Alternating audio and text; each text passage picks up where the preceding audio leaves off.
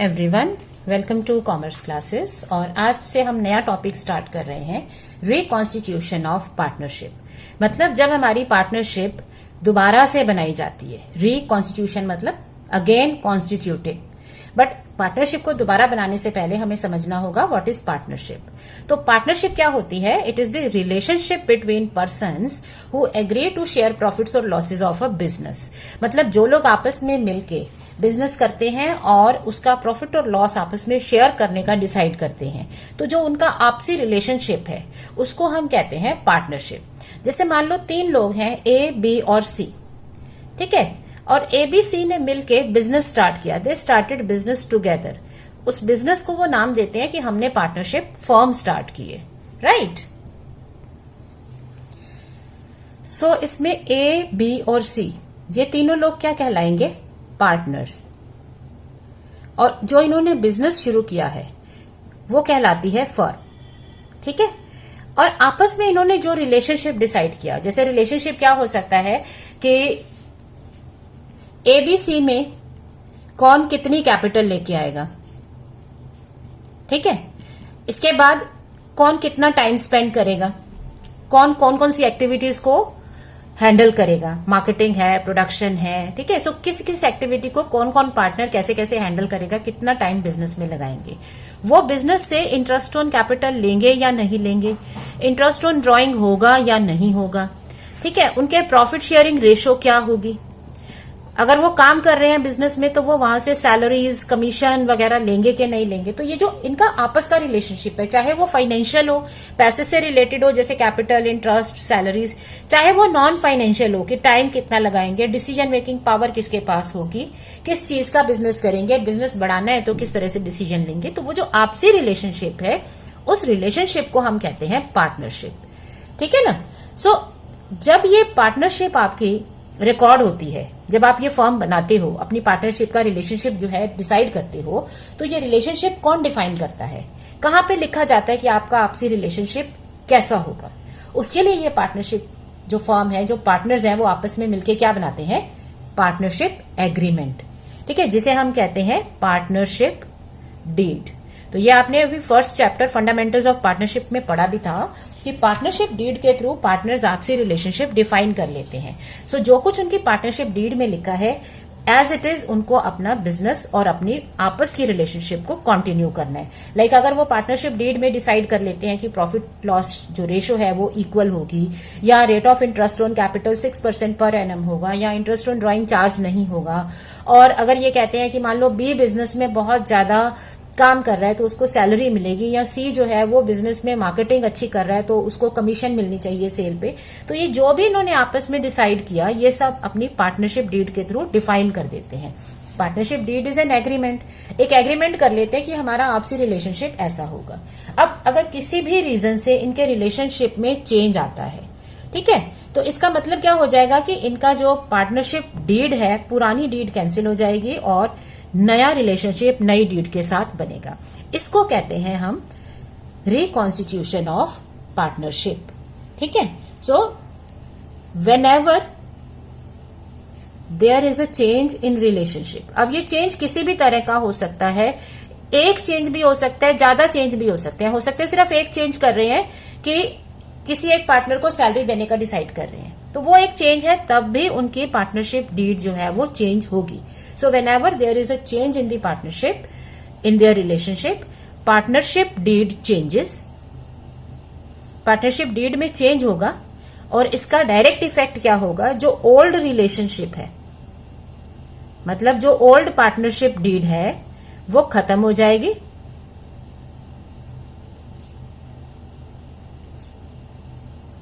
it comes to an end and new relationship under new partnership deed starts. Okay, so it is called reconstitution of partnership. तो partnership का reconstitution का मतलब क्या हो गया कि जो उनका रिलेशनशिप है, पार्टनरशिप का मतलब याद रखो, पार्टनरशिप मतलब रिलेशनशिप। तो जब भी उनका रिलेशनशिप में चेंज होगा, किसी भी रीजन से हो, किसी भी तरह का हो, एक चेंज हो, 4 चेंजेस हो, जब भी चेंज होगा उसे हम रिकॉन्स्टिट्यूशन ऑफ पार्टनरशिप कहते हैं।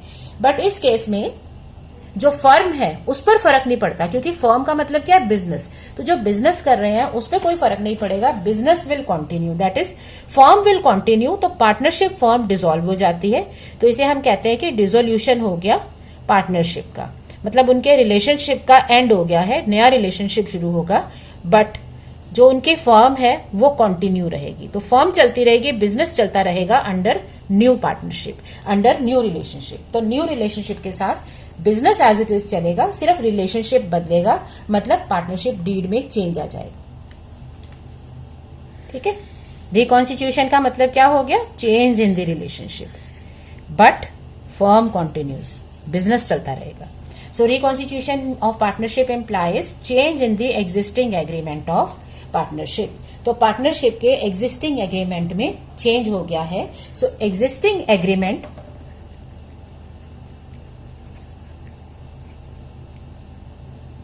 comes to an end, but the firm continues with new partnership। तो जो फर्म है वो नई पार्टनरशिप डीड के साथ, नए रिलेशनशिप के साथ कंटिन्यू करेगी। तो रिलेशन बदल जाएगा, नया एग्रीमेंट लिख लोगे और उसके अकॉर्डिंगली आपकी फर्म काम करने लगेगी। अब किन केसेस में हम ये कहते हैं कि पार्टनरशिप का रिकॉन्स्टिट्यूशन हो रहा है, पार्टनरशिप में रिलेशनशिप बदल रहा है। सो रिलेशनशिप बदलता है जब उनकी रेशो में, that is profit sharing ratio में चेंज आता है। अब इसमें कई बार सैलरी या इंटरेस्ट ऑन कैपिटल वगैरह में भी चेंजेस आते हैं, बट वो चेंजेस बहुत स्मॉल होते हैं, तो उनके लिए अलग से कोई आपका चैप्टर नहीं है। बट पार्टनरशिप में जब प्रॉफिट शेयरिंग रेशो में चेंज आता है तो इसमें और भी कई सारी एडजस्टमेंट्स करनी पड़ती हैं। सो ये आपका रिकॉन्स्टिट्यूशन का पार्ट है जिसे हम स्टडी करेंगे। इसके अलावा उनका रिलेशनशिप कब चेंज होता है, जब किसी नए पार्टनर का एडमिशन हो जाए। जैसे आपके फर्म में 2 पार्टनर्स थे, ए और बी, ठीक है। अब आपको लग रहा है कि एक नया पार्टनर चाहिए, या आपको काम ज्यादा लग रहा है, यू थिंक कि एक और पर्सन अगर पार्टनर होता तो काम बंट जाता या कैपिटल और आ जाती, तो आप एक नया पार्टनर एडमिट कर लेते हो। अब नए पार्टनर के आने के साथ ही आपका पुराना रिलेशनशिप खत्म हो जाएगा। जहां आपका प्रॉफिट पहले 2 लोग में बट रहा था, ए और बी में, अब वो 3 में बटने लगेगा। इसी तरह से सारे काम भी आपस में बट जाएंगे। सो अगर नया पार्टनर आता है तो आपकी पार्टनरशिप जो होती है वो रिकॉन्स्टिट्यूट होती है। अब किसी के आने से अगर रिकॉन्स्टिट्यूशन हो रहा है तो किसी पार्टनर के जाने से भी रिकॉन्स्टिट्यूशन होता है। अब जाएगा कैसे, पार्टनर या तो वॉलंटरली जाते हैं, दैट इज रिटायरमेंट हो गई, कोई एग्जिस्टिंग पार्टनर है वो अब कंटिन्यू नहीं करना चाहता, मे बी उसकी हेल्थ अच्छी नहीं है, मे बी अब उसको नहीं लगता ये काम करना है, तो वो विदड्रॉ कर लेता है, रिटायर हो जाता है बिजनेस से। सो जब वो पार्टनरशिप से निकलेगा तो आपकी पार्टनरशिप रिकॉन्स्टिट्यूट होगी। जैसे अगर मान लो 3 पार्टनर थे, ए, बी और सी, अब बी कंटिन्यू नहीं करना चाहता, बी रिटायरमेंट चाहते हैं। सो बी बिजनेस से निकलेगा, ए और सी जो बच गए वो फर्म को कंटिन्यू करेंगे, तो आपकी फर्म रिकॉन्स्टिट्यूट हो गई, आपका जो पार्टनरशिप है वो रिकॉन्स्टिट्यूट हो गया, बिजनेस चलता रहेगा। अब ये तो वॉलंटरी हो गया ना, आपने रिटायरमेंट ले लिया। और एक होता है जो फोर्स्ड, मतलब बाय नेचर हो जाता है, that is when a death occurs. अगर किसी एग्जिस्टिंग पार्टनर की डेथ हो जाती है तो भी पार्टनरशिप, आपका रिलेशनशिप खत्म हो जाता है और नया रिलेशनशिप स्टार्ट होता है।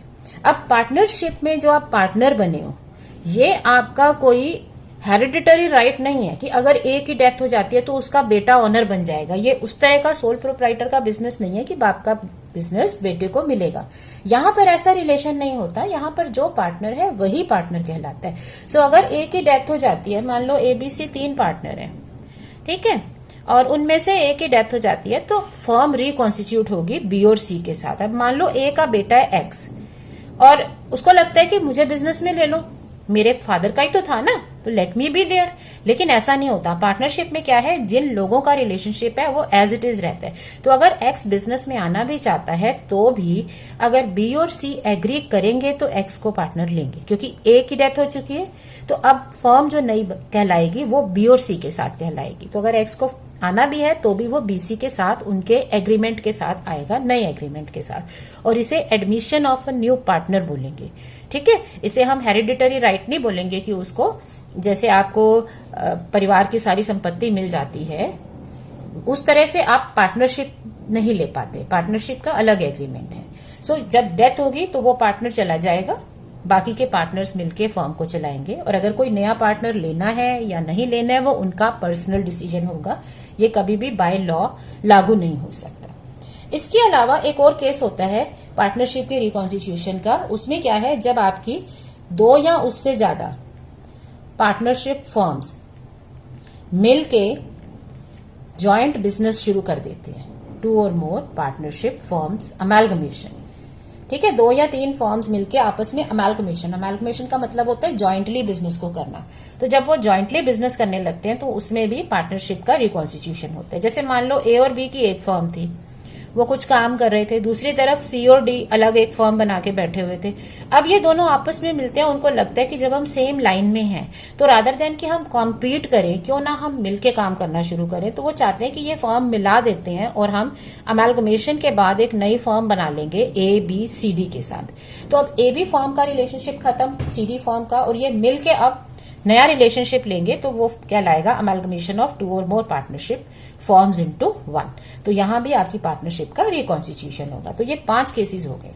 But in all cases firm business continue कर रही है, बिजनेस पर फर्क नहीं पड़ा है, वो एज इट इज चल रहा है, वही एसेट्स हैं, वही लाइबिलिटीज हैं, काम धंधे वही चल रहे हैं, उसी बिजनेस का प्रॉफिट और लॉस ये आपस में बांटेंगे विद न्यू रेशियो। ठीक है, अब इन 5 केसेस में से हमारे 12th के कोर्स में ये फर्स्ट 4 केसेस आएंगे, लास्ट केस आपके कोर्स में नहीं है।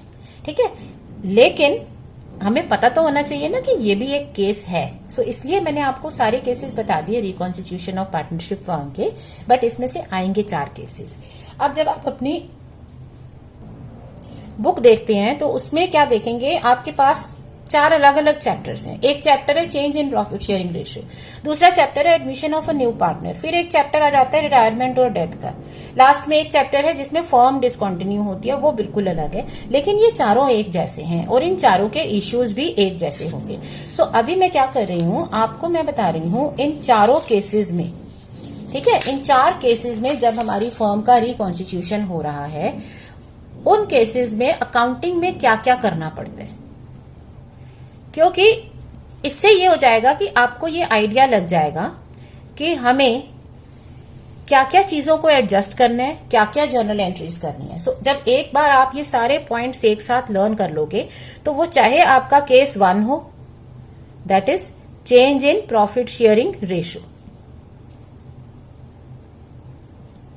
या आपका केस 2 हो, केस 2 क्या है, admission of a new partner, या आपका केस हो 3rd जो कि है रिटायरमेंट। ठीक है, retirement of an existing partner, या हो आपका case 4th that is death of an existing partner. तो ये सारे केसेस में हमें सेम तरह की वर्किंग करनी होती है, एक जैसे काम करने होंगे, एक जैसी एडजस्टमेंट्स करनी होंगी। तो अब हम क्या करेंगे, राइट नाउ आप सिर्फ ये समझ लो कि क्या क्या एडजस्टमेंट्स होती हैं, ताकि जब भी हम ये चैप्टर करेंगे हमें पता है कि ये 5 एडजस्टमेंट्स इसमें आनी है। 5 केसेस है रिकॉन्स्टिट्यूशन के, 5 ही एडजस्टमेंट्स हैं। ठीक है, आपको वो 5 एडजस्टमेंट्स टिप्स पे होनी चाहिए। सो ये हर चैप्टर में कुछ नया नहीं कर रहे हो, जो उनके पीछे जो बेस कॉन्सेप्ट है वो सब में एक ही रहेगा, और वो सारी चीजें आपको केस 1, केस 2, केस 3, केस 4 में थोड़ी थोड़ी मॉडिफिकेशन के साथ अप्लाई करनी है। थोड़ा सा मॉडिफिकेशन होगा क्योंकि हर एक केस में कुछ अलग हो रहा है, लेकिन जो बेसिक चीज है, जो मेन पॉइंट हमें एडजस्ट करना है वो वही रहेगा। जैसे हमारे क्या क्या इसमें एडजस्टमेंट्स होंगी, कौन कौन सी चीजों का हमें ध्यान रखना होता है जब भी ये रिकॉन्स्टिट्यूशन ऑफ पार्टनरशिप होता है। हमारी एडजस्टमेंट्स में नंबर 1 होता है determination of new profit sharing ratio and sacrificing and gaining ratio. तो 2 चीजें डिसाइड करनी होती हैं, एक तो न्यू रेशियो क्या होगी, और दूसरी चीज कौन सा पार्टनर सैक्रिफाइस कर रहा है, कौन सा पार्टनर गेन कर रहा है। जैसे अगर आप मान लो change in profit sharing ratio भी लेते हो, तो इस केस में जो पहले एक रेशो थी उस रेशो से पार्टनर्स आपस में प्रॉफिट लॉसेस बांट रहे थे, अब उन्होंने रेशो बदल दी। अब इस नई रेशो के मुताबिक ये हो सकता है कि किसी पार्टनर को अब कम शेयर मिल रहा है और किसी को पहले से ज्यादा चीज मिल रही है, तो जिसको ज्यादा मिल रहा है वो गेनिंग पार्टनर है, जिसको कम मिल रहा है वो सेक्रीफाइसिंग पार्टनर है। तो हमें इन ऑल केसेस डिसाइड करना होता है कि न्यू रेशो क्या होगी और सेक्रीफाइसिंग और गेनिंग रेशो क्या होगी। So new ratio, sacrificing ratio या गेनिंग रेशो। सो ये दोनों चीजें हमें हर केस में कैलकुलेट करनी होती हैं और आप ये देखोगे कि हर बार हम सेम ही मेथड अप्लाई करेंगे। ठीक है, सो ये पहला हमारी एडजस्टमेंट, चाहे वो एडमिशन है, रिटायरमेंट है, डेथ है, चेंज इन रेशो तो इट सेल्फ चेंज है ही। इन सब केसेस में हमें रेशो में चेंज करने के बाद नई रेशो डिफाइन करनी होगी और ये भी डिफाइन करना होगा कि कौन सा पार्टनर सेक्रीफाइस कर रहा है और कौन सा पार्टनर गेन कर रहा है। जब भी कोई चेंज होता है तो उसमें किसी को सेक्रीफाइस करना पड़ता है, किसी को गेन करना पड़ता है। जैसे आपके घर में मान लो एप्पल्स हैं, सपोज आपके पास 6 एप्पल्स हैं, ठीक है, आप 2 भाई बहन हो और आप सारे एप्पल्स खा रहे हो, तो हो सकता है कि अभी तक आप बड़े थे, आप 4 एप्पल खा जाते थे, दूसरा 2 खा लेता था, लेकिन अब आपने चेंज कर दिया मिलके कि नहीं बराबर खाएंगे।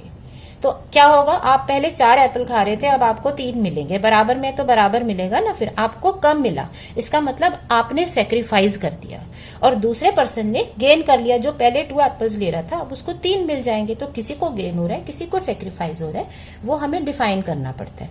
और जब भी एक से ज्यादा लोग होते हैं तो रेशो भी निकलती है, सो सेक्रीफाइसिंग और गेनिंग रेशो भी सॉल्व हो जाती है। सेकंड क्या है, हमें अकाउंटिंग ट्रीटमेंट करना पड़ता है। यहां तक तो क्या था, कैलकुलेशन थी, अब अकाउंटिंग ट्रीटमेंट आएगा। किस किस का करोगे, गुडविल, जिसमें इसकी कैलकुलेशन भी आ सकती है और इसकी रिकॉर्डिंग भी आ सकती है। सो कैलकुलेशन भी करोगे और इसकी एंट्री भी पास करोगे। वैल्यूएशन करने के बाद एंट्री, वैल्यूएशन के मेथड हमने सीख लिए हैं लास्ट चैप्टर में, तो जर्नल एंट्रीज का पार्ट हम सीखेंगे अब। सो चाहे ये पार्टनर्स आपके रेशो में चेंज कर रहे हो या नंबर ऑफ पार्टनर बदल रहा है, हमें गुडविल को एडजस्ट करना पड़ता है। सो उसकी एक एंट्री हर केस में होगी। नेक्स्ट क्या है, अकाउंटिंग ट्रीटमेंट। अब भी अकाउंटिंग ट्रीटमेंट किसका होगा, एक्यूमुलेटेड